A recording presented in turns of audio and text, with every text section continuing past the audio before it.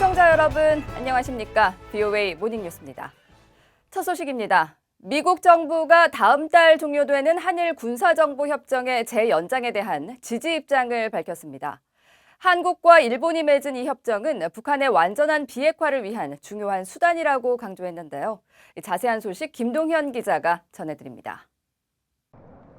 국무부 대변인실 관계자는 18일 한일 군사정보보호협정의 재연장과 관련한 VOA 질문에 전적으로 지지한다고 밝혔습니다. 이 관계자는 이메일 답변을 통해 한일 군사정보보호협정은 영내 평화와 안전을 유지하고 북한의 최종적이고 완전히 검증된 비핵화 FFVD를 달성하기 위한 우리의 공동 노력의 중요한 수단이라고 강조했습니다. 특히 이 협정은 양국 국방 관계의 성숙함을 보여주고 미 한일 삼국 간 조정 능력을 개선한다고 밝혔습니다. 이 관계자는 이어 한국과 일본은 양자 그리고 미국과 함께 3자 간 협력을 추진하고 있다면서 공동 위협에 대한 정보 공유 능력은 이 같은 협력의 중요한 부분이라고 평가했습니다.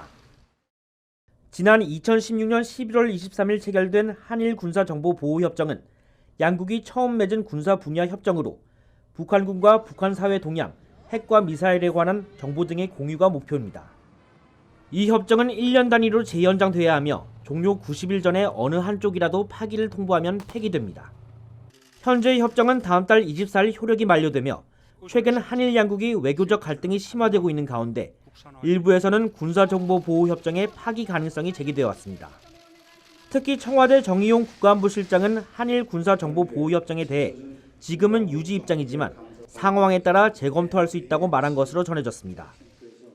이런 가운데 워싱턴에서 열린 한 세미나에 참석한 마크 네퍼 미 국무부 부차관보는 데이비드 스틸웰 동아태 차관보의 일본, 한국 방문 때 발언을 인용해 한일 갈등은 두 나라가 스스로 해결해야 한다는 정부 입장을 다시 밝혔습니다.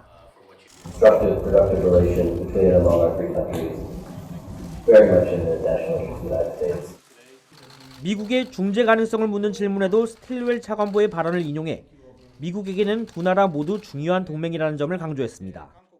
VOA 뉴스 김동윤입니다. 최근 북한 외무성이 미한 연합훈련을 비난하며 실무협상에 영향을 미칠 것이라고 주장한 데 대해 미 상원 의원들은 약속을 어기고 시간을 끄는 북한의 행태는 아직도 변하지 않았다고 비판했습니다. 트럼프 대통령은 북한이 비핵화 의지가 없다는 점을 깨닫고 다음 대안을 마련해야 한다는 지적이 나왔습니다. 이조은 기자입니다.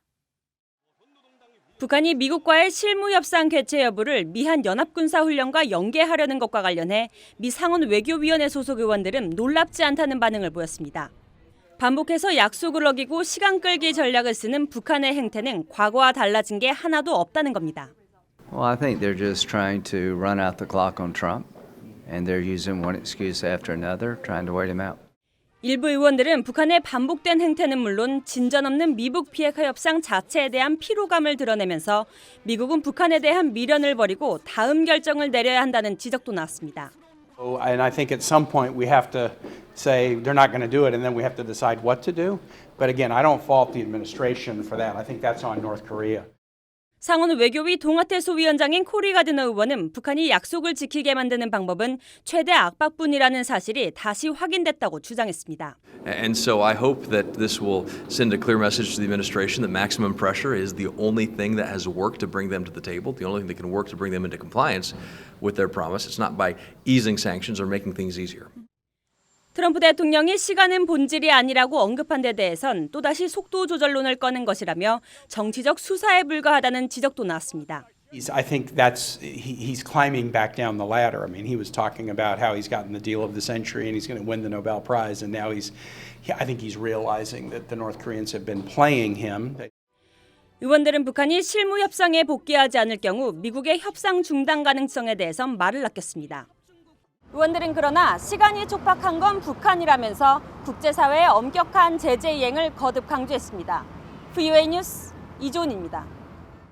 최근 VOA 취재 결과 미 재무부가 지목한 제재 위반 의심 선박의 절반 이상이 위치 신호를 켜지 않은 것으로 확인됐는데요. 국제해사기구는 해당 선박에 표시된 국가가 직접 단속해야 한다는 입장을 밝혔습니다. 하지만 개별 국가의 선박 단속에는 여러 가지 한계가 있었습니다. 오택성 기자입니다. 유엔사나 국제해사기구 IMO는 자동 선박 식별 장치 AIS를 끄고 운행하는 선박 단속의 책임이 개별 국가에 있다고 밝혔습니다. IMO는 17일 최근 확인된 대북 제재 위반 의심 선박의 AIS 신호 두절에 대한 VOA의 질문에 이와 관련한 단속은 IMO의 소관이 아니며 그럴 권한도 없다며 이같이 말했습니다. 그러면서 단속 책임은 각 선박 깃발에 표시된 국가나 선박이 입항하는 항구가 속한 나라에 있다고 설명했습니다. 하지만 IMO의 설명대로 선박 깃발에 표시된 국가가 문제의 선박을 단속하기에는 분명한 한계가 있습니다. 선박이 의미로 국가 등록을 바꿀 수 있기 때문입니다. 대북 제재 위반 혐의로 조사를 받다가 최근 고철 폐기 작업에 들어간 카트리노가 대표적인 사례입니다. 이 배는 파나마 깃발을 달았지만 실제 선주는 한국 혹은 중국식 이름을 사용하는 두형 혹은 도형 쉬핑인 것으로 IMO 자료를 통해 확인됐습니다. 심지어 미 재무부가 제재 위반 의심 선박을 지목하며 명시한 등록 국가도 선박 추적 시스템 마린 트래픽과 차이가 나는 경우가 적지 않았습니다. 문제의 선박이 입항하는 항구가 속한 국가가 단속에 나서는 방안에도 빈틈이 있습니다.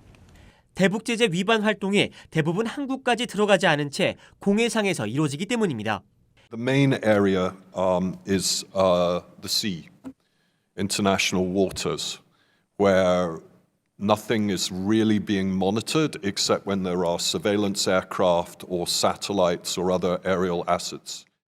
이 때문에 전문가들은 대부분 공해상에서 이루어지는 제재 위반 행위를 단속하기 위해서는 개별 국가 차원이 아닌 국제 공조가 필수적이라고 지적합니다. VOA 뉴스 오택성입니다. 마이크 폼페오 미 국무장관은 미국과 북한의 실무 협상은 김정은 위원장의 약속이었다며 재개되길 희망한다고 밝혔습니다. 폼페오 국무장관은 19일에 공개된 미 카톨릭 매체와의 인터뷰에서 실무협상 재개는 북한 김정은 위원장의 약속으로 김 위원장은 몇 주 후에 자신의 실무협상팀을 꾸릴 것이라고 말했다며 미국은 갈 준비가 돼 있다고 말했습니다. 그러면서 우리가 이것을 제대로 한다면 전 세계에 대한 위험을 감소할 수 있고 진정한 평화와 북한 주민들을 위한 밝은 미래의 기회를 마련할 수 있으며 검증할 수 있는 방식으로 북한을 비핵화할 수 있다고 덧붙였습니다. 폼페오 장관은 또 북한이 미한 연합군사훈련을 문제 삼은 데 대해 우리는 트럼프 대통령이 훈련과 관련해 김 위원장에게 약속한 것을 정확히 하고 있다며 대화가 계속될 것으로 확신한다고 강조했습니다. 미국과 일본의 동맹은 지역 내 안보 도전에 대응하는 능력에서 필수적이라는 것을 증명했다고 윌리엄 해거티 주일 미국 대사가 밝혔습니다. 최근 사임을 발표한 해거티 대사는 19일 공개된 일본 언론 기고문에서 지난 2017년 북한이 일본 영토 위를 지나는 미사일을 발사하며 긴장이 고조됐지만 미국과 일본이 압박과 관여를 병행함으로써 지금 우리는 북한과 다른 상황에 있다며 이같이 말했습니다. 미국은 북한과의 비핵화 협상 중에도 계속해서 북한 주민들의 종교 자유를 지지할 것이라고 마이크 펜스 부통령이 밝혔습니다. 펜스 부통령은 18일 국무부가 주최한 종교자유 증진을 위한 장관급 회의 연설에서 유엔 난민기구는 북한 내 인권 침해에 대해 인류에 대한 범죄이며 그 심각성과 규모, 본질에 있어 동시대에 유례가 없다고 지적하며 이같이 말했습니다. 또 지난 18년 동안 국제 기독교 선교단체인 오픈도어즈가 북한을 세계 최악의 기독교 박해 국가로 지정했던 점을 언급하며 북한 정권이 관리들에게 반동적인 기독교 신자들을 전부 제거할 것을 공식적으로 지시하고 있다고 비판했습니다. 앞서 도널드 트럼프 대통령은 17일 백악관에서 탈북민 주일용 씨로부터 북한 정권의 종교 탄압 실태에 대해 전해들은 뒤 북한에 이 문제를 제기할 것이라고 말했습니다. 북한의 지난해 무역 규모는 2017년보다 48%포인트 감소한 28억 4천만 달러로 집계된 것으로 나타났습니다. 한국대한무역투자진흥공사 코트라가 최근 발표한 2018년 북한 대외무역 동향 보고서에 따르면 지난해 북한의 수출은 전년보다 86.3%나 감소한 2억 4천만 달러, 수입은 31.2% 빠진 26억 달러에 그쳤습니다. 무역 적자는 23억 6천만 달러로 전년 동기 대비 17.5%로 늘었으며 이 같은 수치는 북한 김정은 위원장 취임 이후 최악의 수준인 것으로 파악됐습니다. 코트라는 이와 관련해 유엔의 대북 제재 품목들의 수출입 규모는 거의 제로에 가까운 것으로 나타났다며 이 때문에 총 교역 규모가 반토막 난 것으로 분석했습니다. 이상으로 VOA 모닝뉴스를 마칩니다. 시청해주신 여러분 고맙습니다.